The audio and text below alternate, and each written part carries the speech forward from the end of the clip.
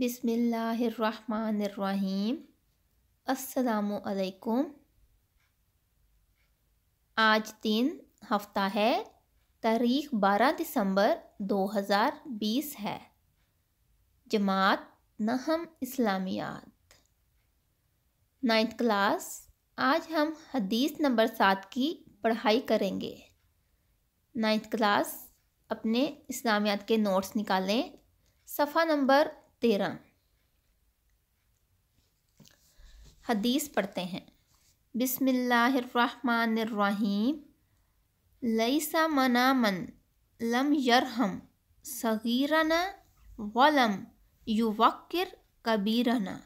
वो हम में से नहीं जो हमारे छोटों पर रहम ना करे और हमारे बड़ों का एहतराम ना करे। इसमें बताया गया है कि वो हम में से नहीं है जो हमारे छोटों पर रहम नहीं करता और हमारे बड़ों का एहतराम नहीं करता। अब हम इसकी तशरीह करते हैं। पहला पॉइंट है सिफ़त इलाही। रहम करना अल्लाह की सबसे गालिब सिफ़त है। नबी करीम सल्लल्लाहु अलैहि वसल्लम की इस हदीस में ख़ास तौर पर इस सिफ़त पर ज़ोर दिया गया है।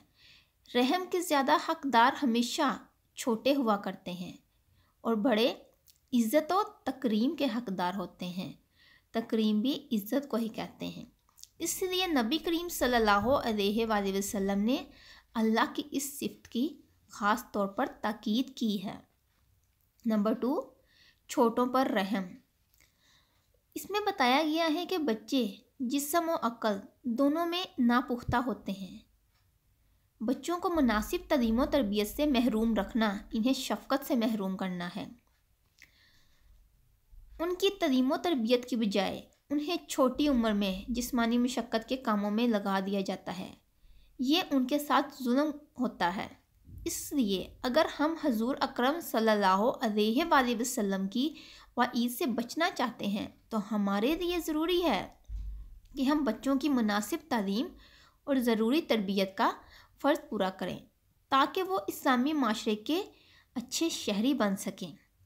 हमें बच्चों के साथ शफ़क़त से पेश आना चाहिए। एक जगह आप सल्लम का इरशाद ग्रामी है, जो रहम नहीं करता उस पर रहम नहीं किया जाता। नंबर 3, गैर मुस्लिम बच्चों पर रहम। नबी पाक सल्लम गैर मुस्लिम बच्चों से भी बहुत प्यार करते थे। एक यहूदी का बेटा आप सल्लम की मजलिस में बैठा हुआ था। कुछ दिनों तक नज़र ना आया तो पता चला कि बच्चा बीमार है। आप सल्लम ने उसकी इयादत के लिए तशरीफ़ ले गए। बच्चे की हालत नाजुक थी। आप सल्लम ने कलमा पढ़ा और उसके मरने के बाद आप अपने हाथों से उसके लिए तजस्सो तकफीन फरमाई। नंबर 4, बच्चों के कत्ल की ममानत। ममानत होता है मना करना। कहा कि बच्चों के कत्ल करने से मना फरमाया गया है। एक जंग में चंद कुफारों के बच्चे मारे गए। आप सल्लम को खबर हुई तो बहुत गमगीन हुए। किसी ने कहा, या रसूल अल्लाह, वो काफिरों के बच्चे थे। तो आप सल्लल्लाहु अलैहि वसल्लम ने फरमाया, खबरदार, बच्चों को कत्ल ना करना, क्योंकि हर बच्चा दीन इस्लाम पर पैदा होता है। नंबर 5, हज़रत फ़ातिमा रज़ी अल्लाह तआला अन्हा का एहतराम। नबी करीम सल्लल्लाहु अलैहि वसल्लम अपनी प्यारी बेटी हज़रत फ़ातिमा रज़ी अल्लाह अन्हा से बहुत प्यार करते थे। जब भी वो तशरीफ़ लाईं तो आप सल्लल्लाहु अलैहि वसल्लम उनके एहतराम में खड़े हो जाते। नंबर 6, बड़ों का एहतराम।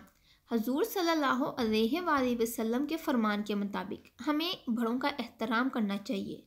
वो अक्लमंद और उम्र में हमसे बड़े होते हैं। उनसे बहुत कुछ सीखा जा सकता है।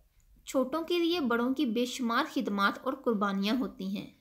उनके एहसानात और खिदमात के एतराफ़ के लिए उनसे मज़ीद सीखने के लिए ज़रूरी है कि हमें बड़ों का एहतराम करना चाहिए। नंबर 7, अस्वाए रसूल सल्लल्लाहु अलैहि वसल्लम और बड़ों का एहतराम। हमारे प्यारे नबी अकरम सल्लम बड़ों का बेहद एहतराम किया करते थे। बुज़ुर्गों से नरमी से गुफ्तगू फरमाया करते थे। अपनी महफिल में बुज़ुर्गों को दूसरों पर तरजीह देते थे। नंबर 8, खुलासा हदीस। खुलासा हदीस में बताया गया है कि नबी करीम सल्लल्लाहु अलैहि वसल्लम इस हदीस में मुसलमानों को खबरदार करते फरमाते हैं कि जो हमारे छोटों पर रहम नहीं करेगा और बड़ों का एहतराम नहीं करेगा उसका उम्मत मुसलमान से कोई ताल्लुक नहीं। इसीलिए हमें चाहिए कि हम आप सल्लल्लाहु अलैहि वसल्लम के इस फरमान मुबारक पर अमल करते हुए छोटों से रहम और बड़ों से एहतराम का रवैया रखें। बच्चों, जमात के काम में कोई से 3 पॉइंट आपने लिखने हैं और घर के काम में जो हदीस नंबर 6 है आपने उसका जायज़ा तैयार करना है। अल्लाह हाफिज़, शुक्रिया।